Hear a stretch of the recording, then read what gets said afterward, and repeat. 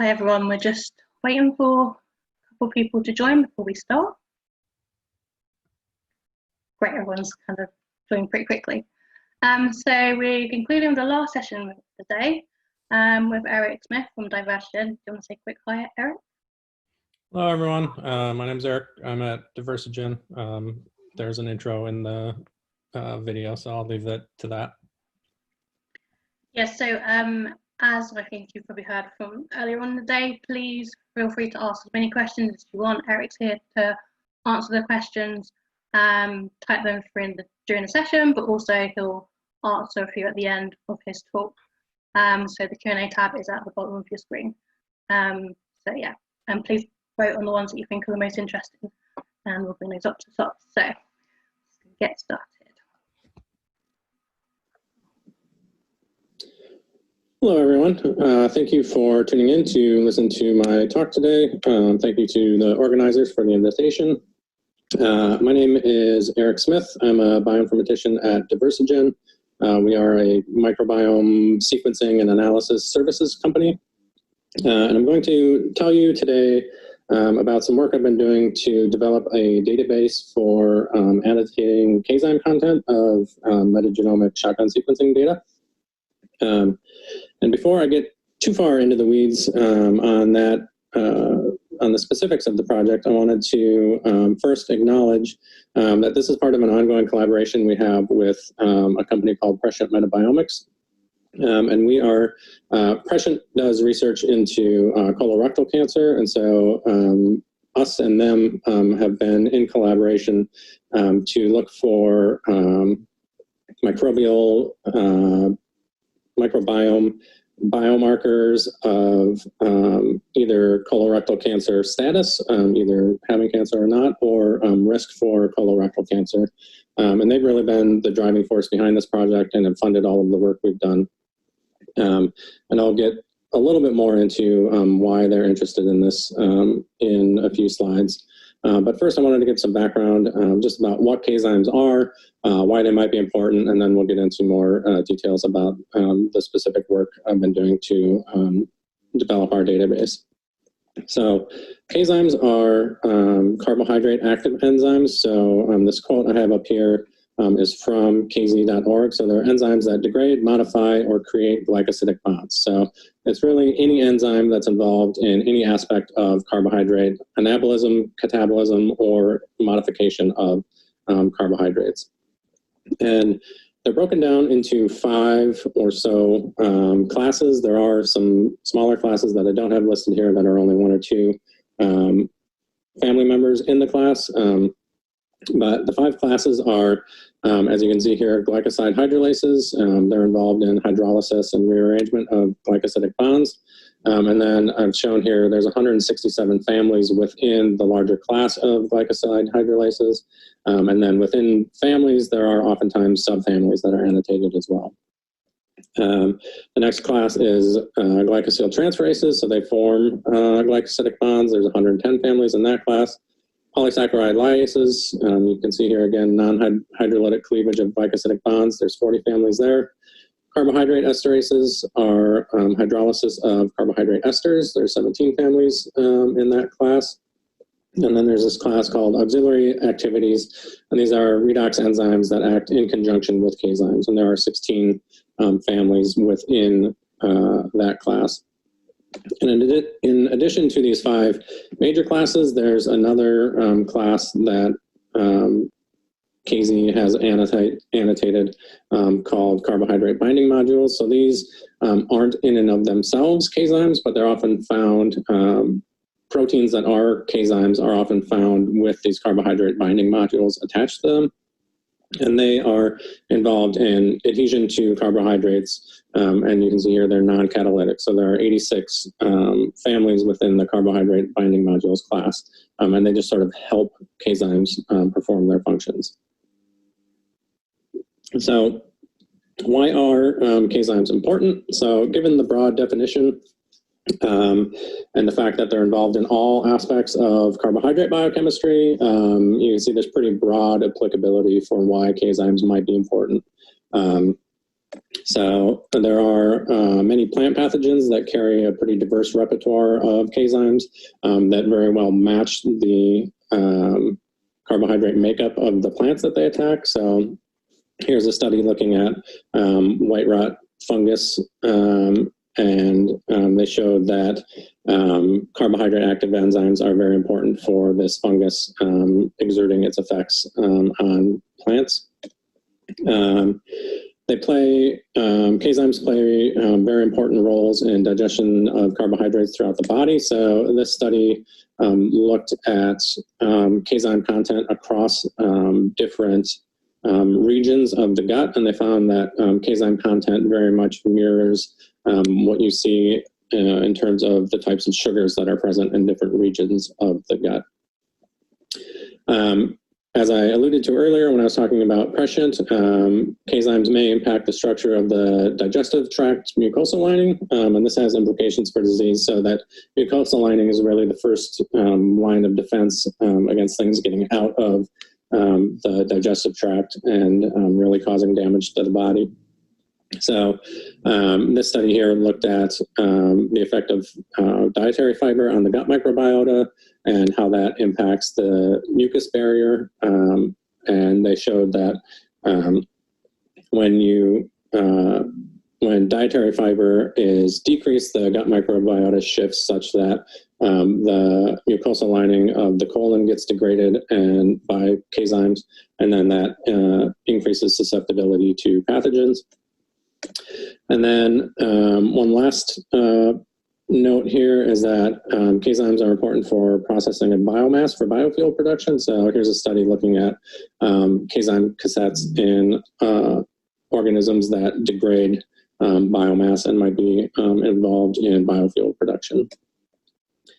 So I'm going to get into a little bit of specifics about sort of generally how CAZymes have been annotated in the past, and then our approach to annotating them. So CAZymes, there's a website called CAZy.org that has examples of each of the different classes and families within the class of CAZymes. And each family is based on at least one enzyme that has been biochemically characterized. And oftentimes it's many more than just one in each family that's been biochemically characterized. And then from there, additional enzymes are included in a family based primarily on sequence similarity, but again, as I said, also maybe by biochemical characterization.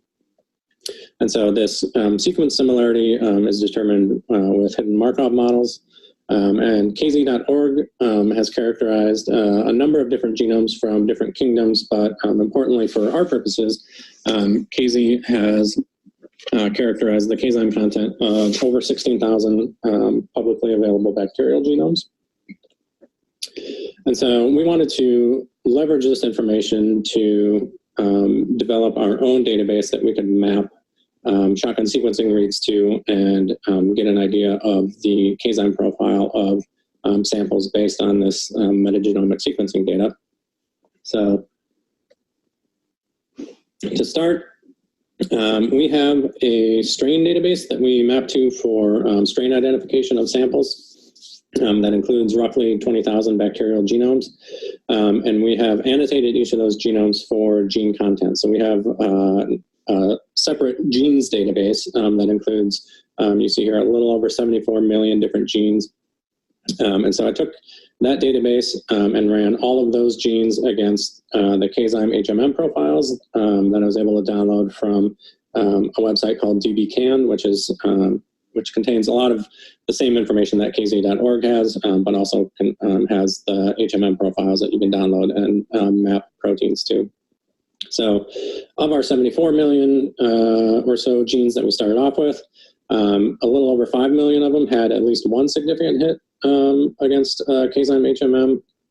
And you see here 2.2 or so million had significant hits against multiple CAZyme HMMs. And a lot of these were hitting different subfamilies within the same family. So there's a family called GH13, for instance, and in that family there's a number of different subfamilies.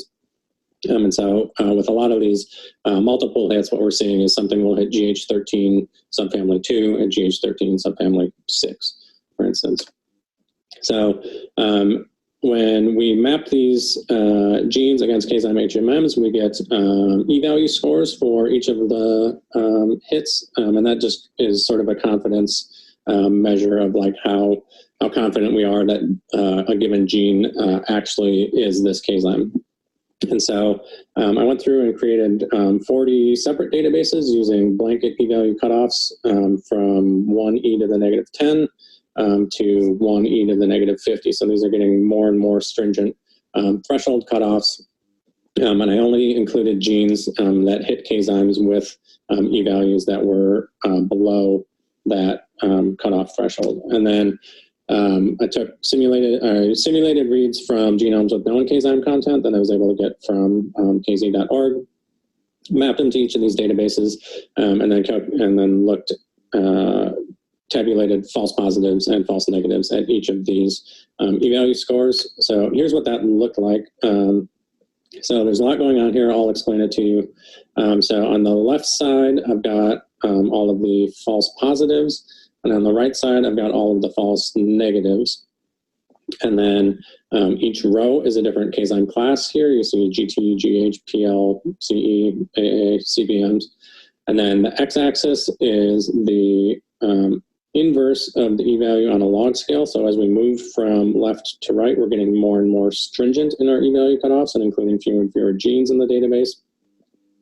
And then on the y-axis is just the total number of false positives or false negatives from simulated reads from 10 different genomes here. So as you can see, the different CAZyme classes have slightly different profiles. So like GT here, as we get more and more stringent, our false positive rate really starts to decrease, and our false negative rate, so these are genes that we should have said are CAZymes and we didn't call them as CAZymes, doesn't seem to increase a whole lot. There's this PL family here where once we get below 1e to the negative, 20 or so, we don't have any false positives and our false negative rate stays pretty consistent across all these e-values. And then our CBMs, we have a very different profile than a lot of the other ones. So using this information on false positives and false negatives, we decided to go through and create a database where each family had a different e-value cutoff. And that was based on minimizing both false positives and false negatives. So we wanted to maximize the number of genes we call correctly, but also minimize the number of genes we call incorrectly. And so this final iteration of the database contains 1.2 million or so genes, close to 1.3 million. And so now with this final iteration of the database, I wanted to remap simulated reads from two groups of genomes with known CAZyme content. So the first group is the genomes that I originally mapped to calculate the false positives and false negatives and decide on the e-value cutoff thresholds. And then the second group is naive genomes that hadn't previously been mapped to the database. And this was to see, what does our accuracy look like for genomes that we know we should be pretty good at based on false positive and false negative mapping rates that we got from before? And then what does our accuracy look like with genomes that we haven't mapped to this database before? So, and then characterize predicted distributions of CAZymes with the known distributions, again, that I downloaded from CAZy.org. So this is the old genomes that I'm calling. These are the ones that I used for training the database. This left panel is the number of unique CAZymes in each class. And then the right panel is the number, the abundance of CAZymes in each class. So the left, I like to say, is sort of a who's there, and the right is sort of a how many of them are there. And so this left bar in each panel is what we predict with simulated shallow sequencing. So this is 2 million reads per sample. This middle bar is what we predict with simulated deep sequencing, so 20 million reads per sample. And then the right bar in each panel is what the true distribution looks like. And you see for these old genomes, the training genomes, our distribution of unique CAZymes looks very, very similar to what we're seeing, what the true distribution of those CAZymes are in those genomes. And then in terms of abundance, we're off a little bit with CE. We're sort of over-predicting those a little bit. And then in terms of, what is this, GT and GH, those we skew a little bit from what the true distribution is. So again, this is with the old genomes that I had used to decide on the E-value cutoff thresholds. And this is the same plot, but this is with the naive genomes that hadn't been mapped to the CAZyme database before. And again, you see that in terms of unique CAZyme content, we do a very good job of saying who's there. And then our biases in predicting abundance of CAZymes are pretty much the same as what we had seen with the old genome. So our profiles, though skewed a little bit, skew in the same way from sample to sample.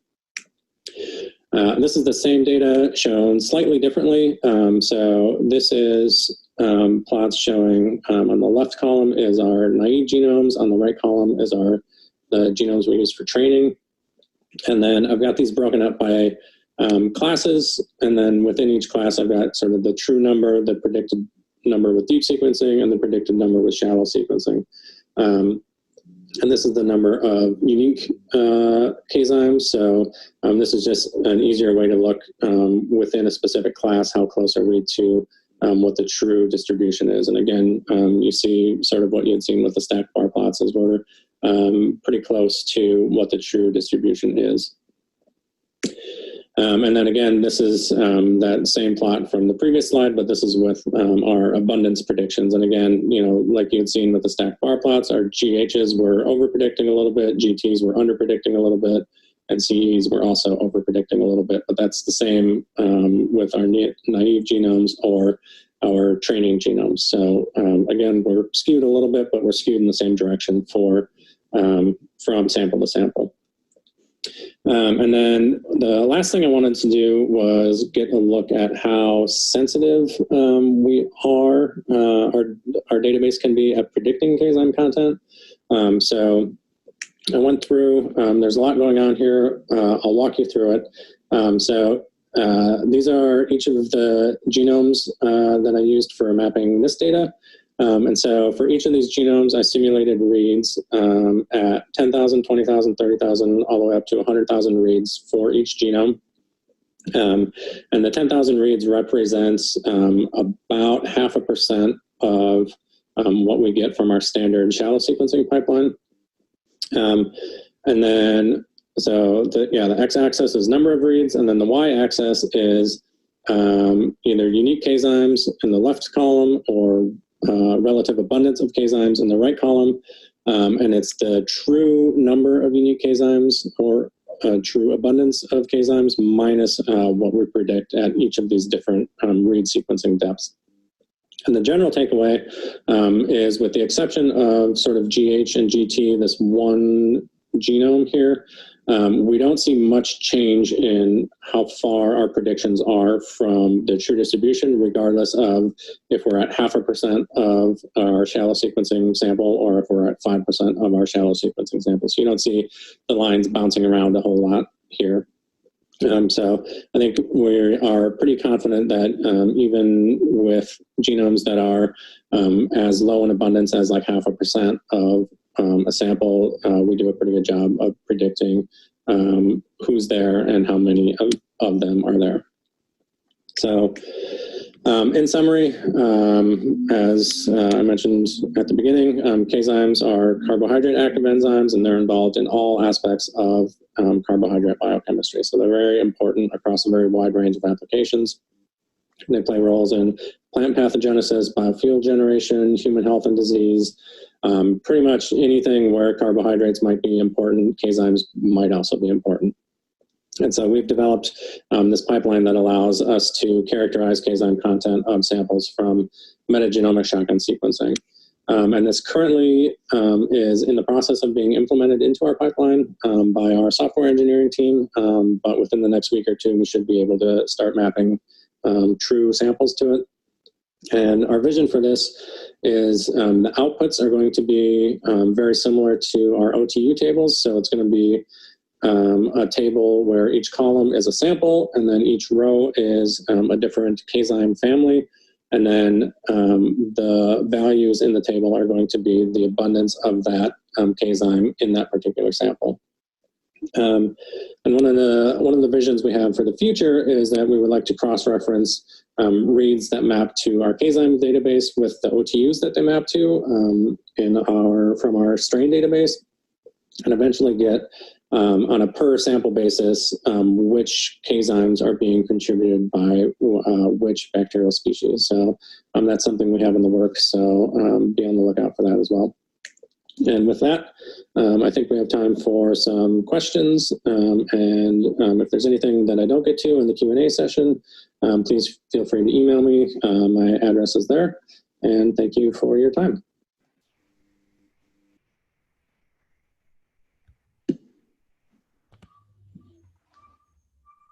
Great, and now we can open up to some questions. Yeah, so I'm looking in the QA box here. So there's only 2 of them right now. The first one is, notice that deep and shallow sequencing gave the same results. Was that expected, and is there any benefit to sequencing deeper? So we have done at Diversigen a number of different sort of tests looking at advantages and disadvantages of shallow sequencing versus deep sequencing, and looking at like how shallow can we sequence and still get expected outcomes with known data. And for the most part, our shallow sequencing pipeline, we target a number of reads per sample that we're pretty confident gives us the correct profile in terms of species abundance. In terms of the CAZyme stuff, we weren't really sure what to expect. So I guess in some regards, the sort of correlation between deep and shallow was kind of expected because we had looked at some of this before. But in terms of are there any benefits to sequencing deeper, the main benefit of sequencing deeper is looking at sort of very rare taxa. So on that last plot I showed, looking at sort of 10,000 reads per genome, if a genome is at very rare abundance within a sample, you might not get to that 10,000 read threshold with standard shallow sequencing. And so in that case, deeper sequencing might be advantageous.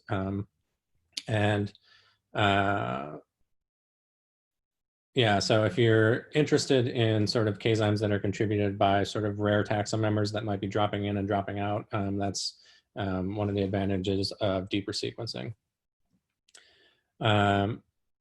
So there's another question here looking, are there any databases that associate CAZyme abundance with specific disease states?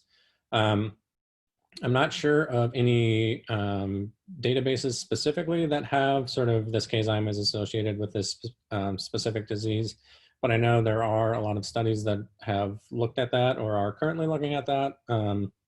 There's a website called CAZypedia, and that is sort of a conglomeration of a number of different academic labs that are doing pretty extensive research into CAZymes, and there's a lot of good information there about the type of research they're doing and sort of what they're finding with CAZymes. I think a lot of that is characterizing specific CAZymes, but there's definitely some work looking at associating CAZymes, CAZyme abundance with specific disease states. Along the same lines, there's another question about next steps with Prescient and how are they planning on using this CAZyme mapping. So as I said during the talk, they're very interested in colorectal cancer screening, both for presence of colorectal cancer or predicting future risk of colorectal cancer. And so I don't have super specifics on what they're planning on doing, but I think the gist of it is getting samples from people with and without colorectal cancer and seeing, looking for correlations between cancer status and CAZyme abundance. Let's see, there's one other one here looking, so sort of the last point is cross-referencing CAZyme mapping with OTU mapping. So I guess the specific question is, do you think, what kinds of research questions do you think you could answer with this approach versus just species abundance? So I think importantly, CAZymes, so within a family, so like we'll use GH13 because I used that during the presentation. So within a family, even though 2 genes can be annotated as GH13, if they're coming from different strains, they can have slightly different functions. And so getting at which strain is contributing a specific CAZyme can be important in determining sort of the effect that that CAZyme is having. And then the other thing is, if, for instance, if GH13 is associated with a specific disease state you're looking at, and you know that that GH13 is associated with a certain bacterial species, and then you have other data showing that, like, say, dietary fiber, for instance, affects the abundance of that species, you can start looking at interventions to adjust the abundance of that species, which then adjust the abundance of that CAZyme and can be used for potential treatment therapeutics and that sort of thing. Great. Yeah, quite a few questions, which is good. So thank you, Eric, for coming online today and delivering your presentation. That concludes the content for today on the human side. And now we'll open the networking. So if you haven't already, make sure that you go onto the attendee directory and schedule some meetings. I hope you've had a chance to, but please let us know if you have any issues with that. And I hope you enjoy the rest of the evening networking, and then we'll see you again tomorrow. Thank you. Bye. Hi, everyone.